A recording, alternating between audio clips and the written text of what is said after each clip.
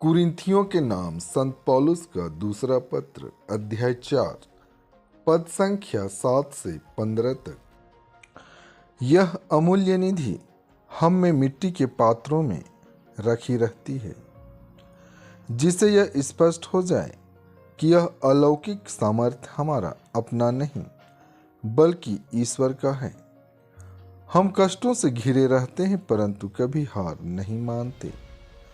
हम परेशान होते हैं परंतु कभी निराश नहीं होते। हम पर अत्याचार किया जाता है परंतु हम अपने को परित्यक्त नहीं पाते। हमको पछाड़ दिया जाता है परंतु हम नष्ट नहीं होते। हम हर समय अपने शरीर में ईसा के दुख भोग तथा मृत्यु का अनुभव करते हैं, जिससे ईसा का जीवन भी हमारे शरीर में प्रत्यक्ष हो जाए।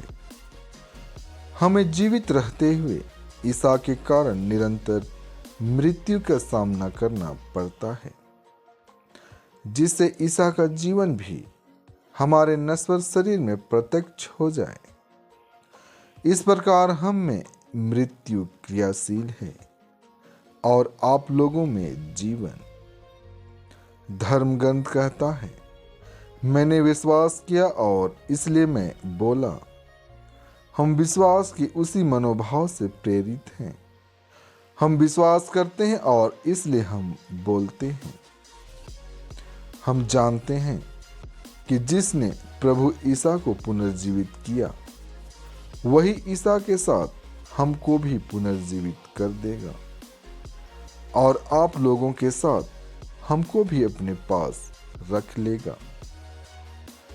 सब कुछ आप लोगों के लिए हो रहा है ताकि जिस प्रकार बहुतों में कृपा बढ़ती जाती है, उसी प्रकार ईश्वर की महिमा के लिए धन्यवाद की प्रार्थना करने वालों की संख्या बढ़ती जाए। आज का पवित्र सुसमाचार संत मत्ती से लिया गया है। अध्याय 20 पद संख्या 20 से 28 तक।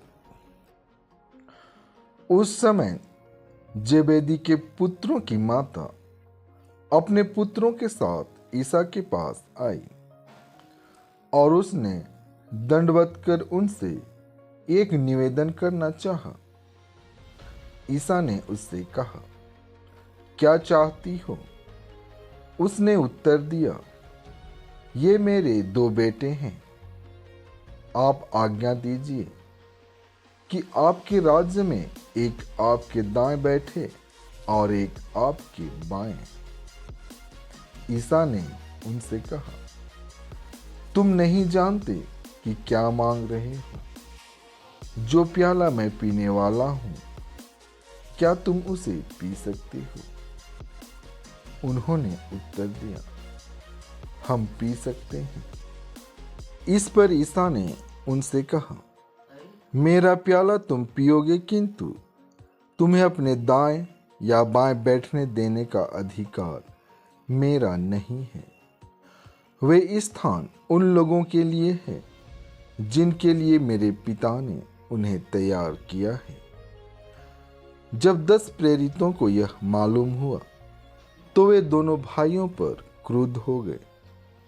ईसा ने अपने शिष्यों को अपने पास बुलाकर कहा, तुम जानते हो कि संसार के अधिपति अपनी प्रजा पर निरंकुश शासन करते हैं और सत्ताधारी लोगों पर अधिकार जताते हैं।